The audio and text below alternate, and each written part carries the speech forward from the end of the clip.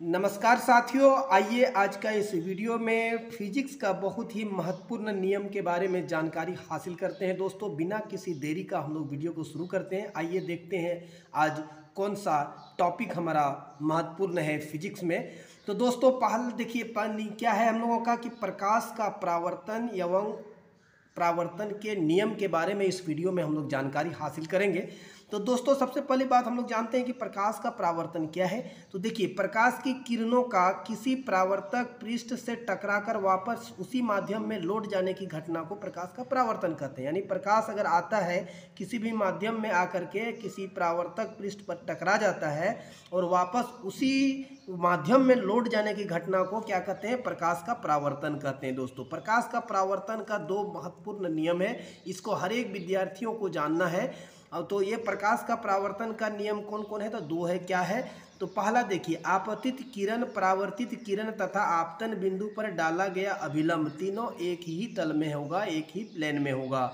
दूसरा क्या नियम है? आपतन कोण और परावर्तन कोण दोनों क्या होगा? बराबर होगा। दोस्तों, इसको जब तक फिगर ड्रॉ नहीं करेंगे आपको समझ में नहीं आएगा। दोस्तों, आइए हम इसका फिगर एक बनाते हैं। तो दोस्तों, ये देखिए, ये परावर्तक पृष्ठ है। मान लिया कि समतल दर्पण सबसे अच्छा परावर्तक पृष्ठ होता है, तो हम समतल दर्पण को बना देते हैं। दोस्तों देखिए, ये समतल दर्पण हम बना दिए। यहाँ से एक किरण हमारा आ रहा है, आपतित किरण इसको कहते हैं। ये हमारा आकर के यहाँ टकरा गया। दोस्तों, इस किरण को क्या कहते हैं? आपतित किरण कहते हैं। आपतित किरण हो गया, ये आपतित किरण हो गया। और ये फिर इसे करके वापस इसी माध्यम में लौट जाता है, इसको कहते हैं परावर्तित किरण। क्या कहते हैं? परावर्तित किरण कहते हैं। दोस्तों, परावर्तित किरण कहते हैं। ठीक है, जहाँ पर आपतन हुआ, यहाँ पर ये आकर के टकराया है, इसको कहते हैं आपतन बिंदु। क्या कहते हैं? आपतन बिंदु कहते हैं। दोस्तों, और आपतन बिंदु पर डाला गया लंब, ये जो लंब डाला जाएगा यहाँ पर, ये जो अभिलंब डाला जाएगा, ये n मान लीजिए है, यहाँ O मान लीजिए है, तो इसको कहते हैं क्या? अभिलंब। क्या कहते हैं? अभिलंब।